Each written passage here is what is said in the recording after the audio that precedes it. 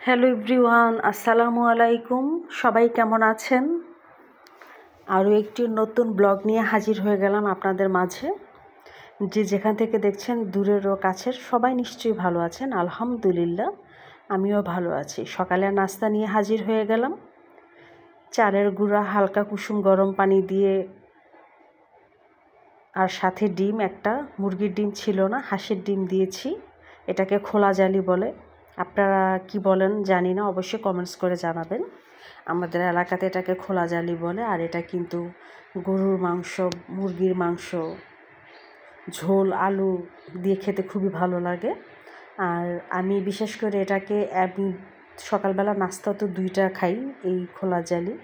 একটা আমি মাংস দিয়ে খেলে, অন্য আরেকটা আমি চা দিয়ে খাই, কারণ এই পিঠাটা আমার চা দিয়ে খেতে খুবই ভালো লাগে। আপনারা কখন এটা খেয়েছেন কিনা জানি না, না খেলে অবশ্যই ট্রাই করে দেখবেন। একদম ঘন করে দুধ দিয়ে কড়া লিকার করে চা বানালে, চা দিয়ে খেতে কিন্তু ভিজিয়ে এটা ভীষণ ভালো লাগে।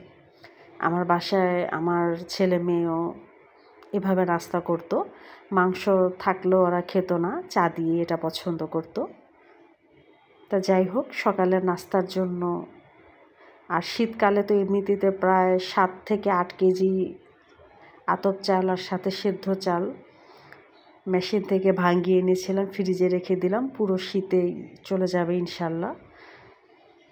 আর পিঠাটা কিন্তু শীতকালেই খেতে খুবই ভালো লাগে, তাই শীতের দিনই এটা বেশি খাওয়া হয়। তবে আমার 12 মাসই এই খোলা জালিটা খাওয়া হয় নাস্তা হিসেবে, কারণ রুটি বানাতে একদমই ভালো লাগে না। প্রতিদিন ঘুম থেকে উঠেই কতগুলো রুটি বানাও। আমার হাজব্যান্ড আসলে ডাইনিংয়ে একটু খেতে ইদানিং অপছন্দ করে, কেন জানি ডাইনিংয়ে খেতে চায় না, চেয়ার টেবিলে সেই বিছানাতে বসে খেতে চায়। তো এই জন্য বিছানাতেই একটা কাপড় বিছিয়ে নিলাম, দুজনে নাস্তা করতেছি। একটা পিঠা মাংস দিয়ে খাবো, আর একটা চা দিয়ে খাবো। কিছুদিন আগে যে নূরজাহানের পাশে যে হকার্সের সাথে যে রঙের দোকানগুলো, ওখান থেকে পেন্টিংয়ের জন্য কিছু রং কিনে এনেছিলাম আমি। তো পেন্টিং আর আমার শেখা হয়নি, শেখার খুব আগ্রহ ছিল। রংটা কিছু ছিল আমার কাছে, ওই রং দিয়ে ব্রাশ তো আর ছিল না।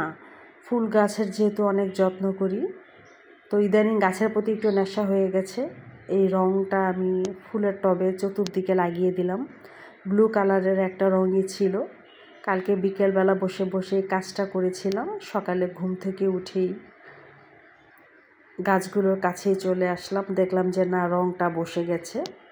ব্লু কালারের এই রংটা ছিল, আর 4টা ফুলের টব ছিল আমার মাটির।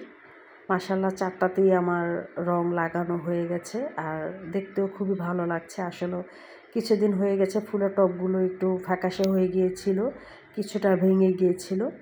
একটু রং করাতে কালারটা সুন্দর আসলো, আর রংটাও আমার কাজে লাগলো। তো ভিডিওটা কেমন হয়েছে, ভালো লাগলে অবশ্যই কমেন্টস করে জানাবেন। সবাই ভালো থাকবেন। আল্লাহ হাফেজ।